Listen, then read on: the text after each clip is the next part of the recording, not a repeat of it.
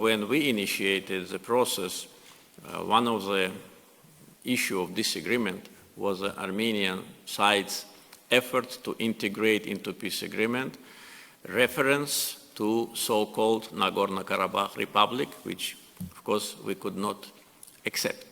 And they tried to integrate it through different wording schemes, but it was more or less the same. Our approach was that we cannot specify on that, and the agreement between two countries must be fully reciprocal. Therefore, if they want to reflect in the draft agreement issue of Armenians who live in Azerbaijan as national minority, then it must be reciprocally also reflected the rights for Azerbaijanis who were deported forcefully from Armenia to come back to Armenia and to live there. And their rights and security must be protected the same way like rights and security of Armenians in Karabakh. And unfortunately, Armenian side always rejected that, which was not very logical because we did not offer something extraordinary, just reciprocal. Or another option was not to reflect this topic at all. So after September 19 anti-terror operation, it seems that this obstacle no longer exists. Either we will reflect both national minorities in peace agreement, or it will not be reflected at all. Other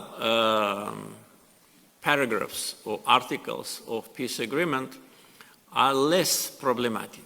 I would not say that they are all already agreed, but I think that with respect to phraseology, with respect to the wording, of course every word has some political meaning behind it, but it is agreeable. It's a matter of political will only. And as I said, when we were waiting for Armenian response for 70 days, just for example, I can tell you when we were sending our comments to Armenia, usually it didn't take more than 14, 15 days. So when they delayed for 70 days, this means something. And of course, it is not a unilateral process. If Armenia thinks that we need peace more than they do, I think they're wrong. We need peace the same way they do. If they need it, we need it. If they don't need, we don't need. Even before anti-terror operations, in my contacts with the Armenian side, whether it was in Brussels, in the presence of President Charles Michel, or on the sidelines of some international events, I said, if you do not recognize Azerbaijan's territorial integrity, Karabakh included, we will not recognize your territorial integrity. If you will continue to contest our integrity, we will contest your integrity. And I told him, that believe me, we have more rights, more historical rights, not to recognize your territorial integrity, because we all know how the maps of the Southern Caucasus look like in the beginning of 20th century. They're available. We all know how the Bolsheviks took Zangezur from Azerbaijan November 1920 and adjusted it to Armenia just less than 6 months after Sovietization of Azerbaijan. This part was taken from us. So I told him that we have more historical and political and legal rights to contest your territorial integrity. So I don't advise you. And now it is the same.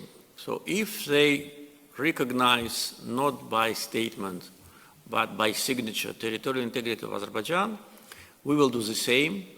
Many times I said that we do not have any plans to occupy Armenian territory, as sometimes we are accused without any grounds of that.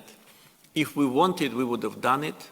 I can tell you absolutely openly, and from all points of view, it is not a big problem. In one day, they laid down their weapons in Karabakh, and our flag was raised in Hankendi. So we don't want it again. And the fact that we don't do it means that what I say is right. But at the same time, we want that there'll be no potential risk to Azerbaijan in the future.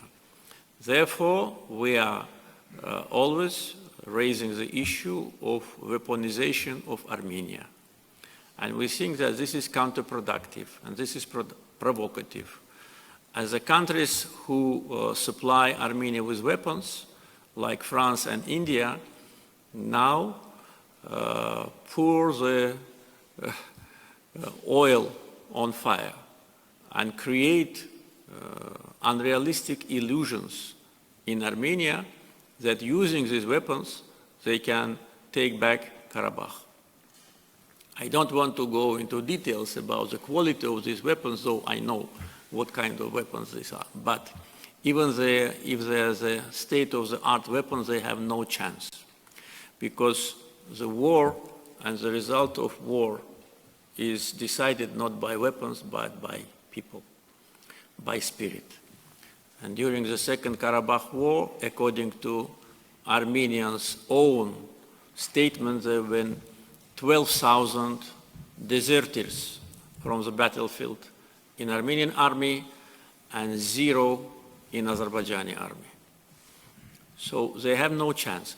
So my message to them is, don't create situation here in the region when we will be sure that you are planning to damage us. We are not sure yet. That's why we do not react. We observe. What France is supplying to Armenia, those armored vehicles which nobody wants to buy, they do not possess any danger to us. But if we see that there is some serious installation which can be harmful, we will have to react. And I informed everybody about that, so there'll be no complaints. We will have to react because every country has to protect its people. And I hope there'll be no need for that.